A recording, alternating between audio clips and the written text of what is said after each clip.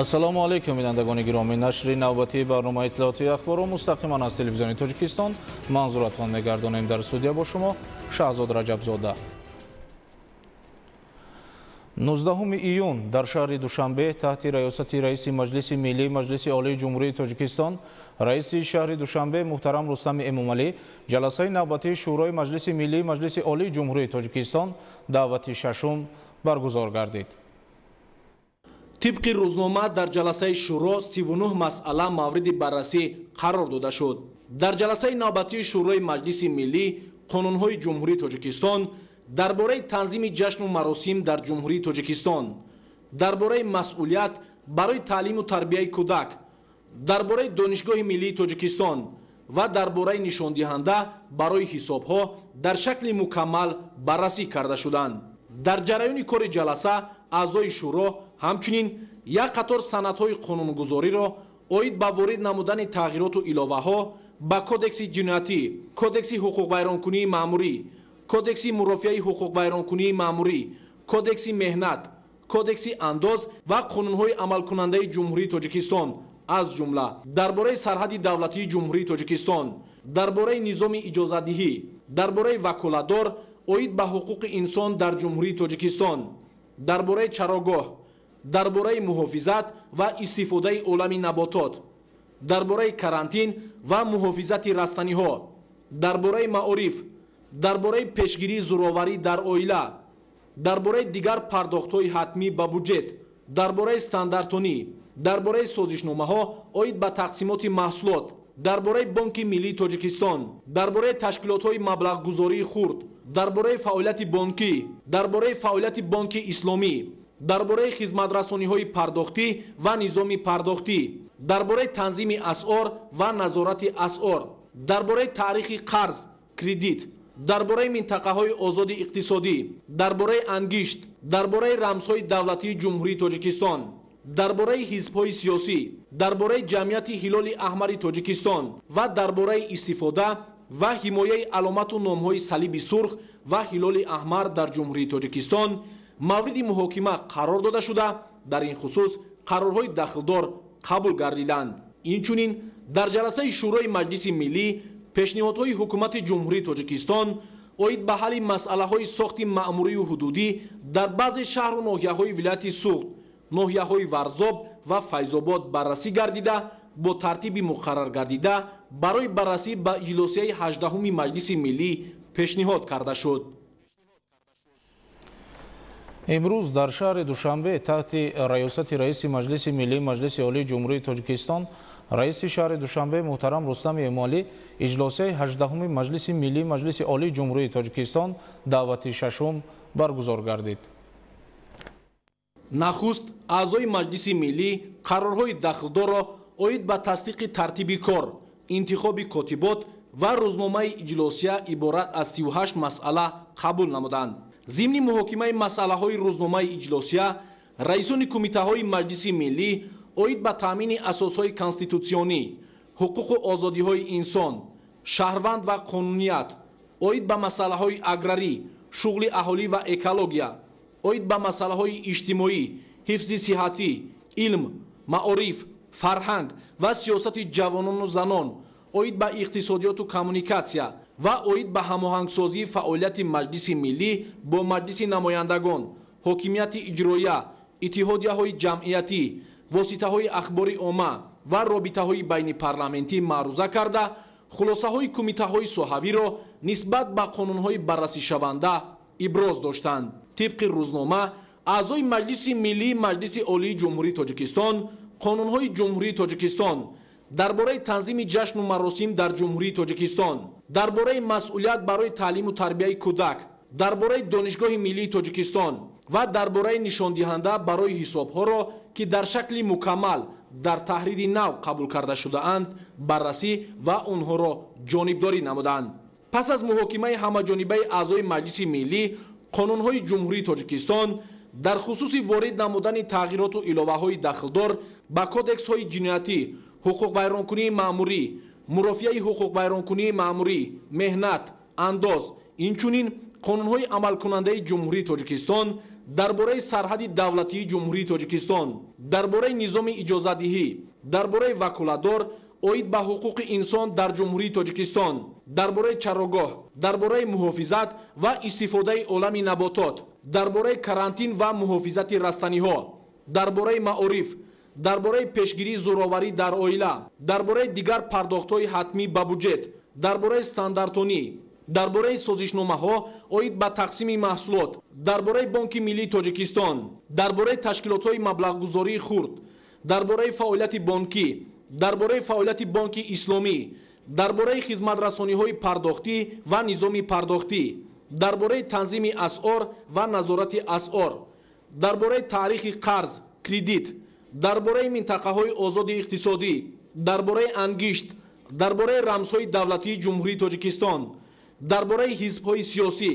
дар бораи ҷамъияти ҳилоли аҳмари Тоҷикистон ва дар бораи истифода ва ҳимояи аломату номҳои салиби сурх ва ҳилоли аҳмар дар ҷумҳурии Тоҷикистон ҷонибдорӣ гардиданд. ҳамчунин дар асоси пешниҳодҳои ҳукумати ҷумҳурии Тоҷикистон қарорҳои дахлдори Маҷлиси Миллӣ оид ба иваз намудани номи баъзе воҳидҳои маъмурию ҳудудӣ ва маҳалҳои аҳолинишини шаҳру ноҳияҳои вилояти Суғд, ноҳияҳои Варзоб ва Файзобод қабул карда шуданд. бо ҳамин иҷлосияи 18-уми Маҷлиси Миллии Маҷлиси Олии Ҷумҳурии Тоҷикистон даъвати шашум ба кори худ анҷом бахшид. дар қиёс ба дурнамои иқтисоди ҷаҳон рушди иқтисоди миллии Тоҷикистон бо нишондиҳандаҳои нек арзёбӣ мешавад. дар шароити пурдасот хоса равандҳои манфӣ болоравии сатҳи иқтисоди ҷаҳонӣ то 5.6% баробар гардид ки болотарин нишондод давоми 80 соли охир дониста мешавад. дар байни кишварҳои иттиҳоди давлатҳои мустақил болоравии аз ҳама зиёди иқтисод дар Тоҷикистон дар назар дошта шудааст. маҷмӯи маҳсулоти дохилии Тоҷикистон дар соли 2021 мувофиқи таҳлили коршиносони Бонки ҷаҳонӣ 5.3%-ро ташкил карда буд. рушди иқтисоди миллӣ дар соли 2022 бо такя ба ҳадафҳои самаранок дар сатҳи 8% таъмин карда шуд. дар соли 2023 бошад дар заминаи фазои хуби сармоягузорӣ ва ҳамкории устувори давлат бо бахши хусусӣ ин рақамҳо бо натиҷаҳои баланд таҳким ёфт. инак 8.2% дар аввали соли 2024. натиҷаҳо назаррас ва дурнамо нек арзёбӣ мешавад. шарҳи мавзӯъ дар таҳияи Фахриддини Муҳаммад Юсуф. баҳогузории мусбат ба дурнамои иқтисодиёти Тоҷикистон ин худ аллакай фоли нек аст. пешгӯии оянда ва таъмини рушди босубот дар иқтисоди миллӣ нахуст самараи заҳмат ва пешбинии таҳдидҳои эҳтимолии буҳрони иқтисодӣ буд ки бо тарҳрезии хоса таҳияи стратегияи хоси иқтисодӣ амалӣ гардид. ин аст ки аз рӯи нишондод ва омӯзиш рушди иқтисодиёти Тоҷикистон бо дастовардҳои хос баҳо мегирад. боиси ифтихор аст ки тамоми нишондиҳандаҳо дар 3 моҳаи аввали соли 2024 устуворона таъмин гардид ва тамоми соҳаҳо тамоми бахшҳои калидии рушди иқтисоди миллӣ албатта дар ин масъала ҳиссагузор боқӣ мемонад, чунки воқеан ҳам дар партави сиёсатҳои созанда ва тамоми нақшаву чорабинои барномаҳои давлатии ҷумҳурии Тоҷикистон имрӯз тамоми корҳои созандагӣ бо маром дар ҳама соҳа ҷиҳати татбиқи барномаҳои давлатӣ нигаронда шудааст ки воқеан ҳам аз ин миқдор дар 3 моҳаи аввали соли 2024 теъдоди 3492 коргоҳ корхонаҳои саноатӣ ки дар бахши асосӣ яъне ки саноати истихроҷ ва саноати коркард албатта фаъолияти пурсамар намудан ҳиссаи асосӣ гузошта устувории рушди иқтисоди миллӣ имрӯз барои Тоҷикистон соҳиби истиқлоли мо дар баробари коҳиш додани таъсири омилҳои беруна ва тақвияти иқтидорҳои нав вобаста ба қувваҳои нави корӣ дар дохил имрӯз мо метавонем ки ба дилхоҳ ҳадаф ё ки мақсадҳои худ расем. имконоти фарохи сармоягузорӣ, ташаккули механизми судманди тиҷоратӣ, тақвияти соҳа бо роҳи ҳавасмандгардонӣ ва як қатор омилҳои дигари рушд, марҳилаи навини рушди иҷтимоию иқтисодии мамлакат бо дурнамои самтҳои муҳим дар асоси сиёсати давлатӣ самаранок таҳким меёбад. масалан дар натиҷаи татбиқи барномаҳои давлатӣ ва ҳамкории давлат бо бахши хусусӣ ки бо татбиқи самараноки ислоҳоти иқтисодӣ, амалӣ намудани стратегияҳо, барномаҳо ва тадбирҳои зидди буҳронӣ роҳандозӣ шудааст. дар 5 соли охир рушди иқтисодиёти Тоҷикистон ҳамасола ба ҳисоби миёна дар сатҳи 7.3% таъмин гардида маҷмӯи маҳсулоти дохилӣ аз 71 миллиард ба 115 миллиард сомонӣ расид ва ба ҳар сари аҳолӣ 1.5 баробар афзоиш ёфт. имрӯз дастовардҳо бо натиҷаҳои мусбат баҳогузорӣ мешаванд. дар паёми президенти ҷумҳурии Тоҷикистон муҳтарам Эмомалӣ Раҳмон ба Маҷлиси Олии Ҷумҳурии Тоҷикистон ба ҳукумати мамлакат супориш дода шуд ки ҷиҳати дар 7 соли минбаъда то то ба 10% паст намудани сатҳи камбизоатӣ чораҳои зарури амалӣ гардад. бояд гуфт ки дар 12 солаи охир сатҳи зиндагии мардуми мамлакат тадриҷан беҳтар гардида, нишондиҳандаи сатҳи камбизоатӣ аз 83% соли 1999 то ба 62% дар соли 2023 паст гардид. тибқи дурнамо ки аз ҳидоятҳо ва дастуру супоришҳои президенти ҷумҳурии тоҷикистон пешвои миллат муҳтарам эмомалӣ раҳмон маншаъ мегирад, дар соли 2024 тавассути татбиқи самаранок суръати рушди иқтисоди миллӣ бояд дар сатҳи накам аз 8% таъмин гардад. бо дар назардошти рушди фаъолияти соҳибкорию сармоягузорӣ ки бо такя ба имтиёзу сабукиҳо пеш меравад, таҳкими нишондиҳандаҳо, таъмин ва дастовардҳо бо натиҷаҳои нав ба нав дар кишвар ба қайд гирифта мешаванд. иқтисоди кишвари мо сарфи назар аз таъсири омилҳои беруна бо қадамҳои устувор пеш меравад ва имрӯз дар тамоми бахшҳои ҳаёти кишвар аз ҷумла иқтисод таъмилҳои назаррас мушоҳида мегардад. ва агар мо се моҳҳои аввали соли ҷориро нишондиҳандаи иқтисодӣ ва иҷтимоии кишварро мавриди омӯзиш ва таҳлилу арзёбӣ қарор диҳем, пас ба назар мерасад ки ин нишондиҳандаҳо дар қиёс бо ҳамин давраи соли гузашта хоб зиёд ҳастанд. аз ҷумла агар мо дар нишондиҳандаҳои асосии макроиқтисодӣ назар афканем, дар ин давра мебинем ки маҷмӯи маҳсулоти дохилии кишвар аллакай дар се моҳаи аввали соли ҷорӣ ба андозаи 8.2% афзоиш ёфт ва дар афзоиши ҳаҷми маҷмӯи маҳсулоти дохилии кишвар ҳиссаи бештар, яъне аз ҳисоби рушди соҳаи саноат, бахусус саноати коркард. ва шумо хуб медонед ки имрӯз санаткунӣ бо суръати кишвар ҳамчун ҳадафи чоруми миллӣ эълон шудааст ва имрӯз дар таъмини рушди иқтисоди миллии мо ин соҳа нақши муҳим ва арзанда дорад. ҳамзамон дар ин давра рушди соҳаи кишоварзӣ, яъне дар ин нишондиҳандаи рушд ба назар мерасад ва ҳамчунин ҷалби сармоя хоб ба сармоягузорӣ ба сармояи асосӣ ҳам ва дигар нишондиҳандаҳое ки яъне ки мутаъддилии макроиқтисодии кишварро нишон медиҳад дар се моҳи аввали соли 2024, яъне мутаъддил ба назар мерасад. дар натиҷаи дастгирии пайвастаи давлату ҳукумат ҳоло бахши хусусӣ бо маром инкишоф ёфта имрӯз саҳми он дар маҷмӯи маҳсулоти дохилӣ беш аз 70%, дар таъмини аҳолӣ бо ҷойи корӣ 68% ва даромадҳои андозӣ ба буҷети давлатӣ 80%-ро ташкил медиҳад. имрӯз ҳукумати ҷумҳурии тоҷикистон ба ҷалби сармоя диққати зарурӣ зоҳир намуда барои дастгирии фаъолияти соҳибкорию сармоягузорӣ имтиёзу сабукиҳои зиёд ҷорӣ карда шуданд. чунин нишондиҳанда ба ҷалби бештари сармояи дохилӣ хориҷӣ таъсири мусбат расонда замина барои рушди устувории иқтисоди миллӣ аст. аз ҷумла дар асоси нақшаҳои рушд бо мақсади таъмини некоҳолии мардуми тоҷикистон ва баландбардоштани сатҳи зиндагӣ соли 2024 шурӯъ аз 1 январ музди меҳнати хизматчиёни ҳарбӣ ва ҳифзи ҳуқуқ 40% баланд бардошта шуд. дар ин раванд аз 1 июл нафақаҳои суғуртавӣ, меҳнатӣ ва иҷтимоӣ ва иловапулӣ 30% аз андозаи муқарраршудааш зиёд карда мешавад. ҳамзамон аз 1 июли соли 2024 маоши вазифавии мақомотҳо аз ҷумла соҳаҳои маориф, илм, фарҳанг, варзиш, тандурустӣ, иҷтимоӣ ва дигар ташкилотҳои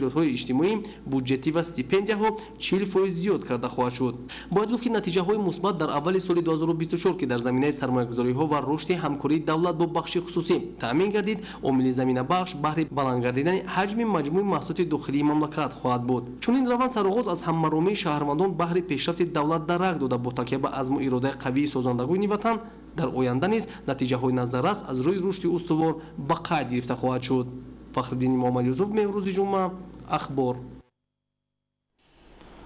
бо фоизи паст пешниҳод намудани қарзҳо аз ҷониби ташкилоти қарзӣ ба ҷалби ҳарчи бештари сокинон ва соҳибкорон замина гузошта сатҳи хизматрасониро дар муносибатҳои молиявӣ боз ҳам беҳтар мегардонад. гузориши Дилшод Ҳакимзода дар ин хусус манзур мешавад.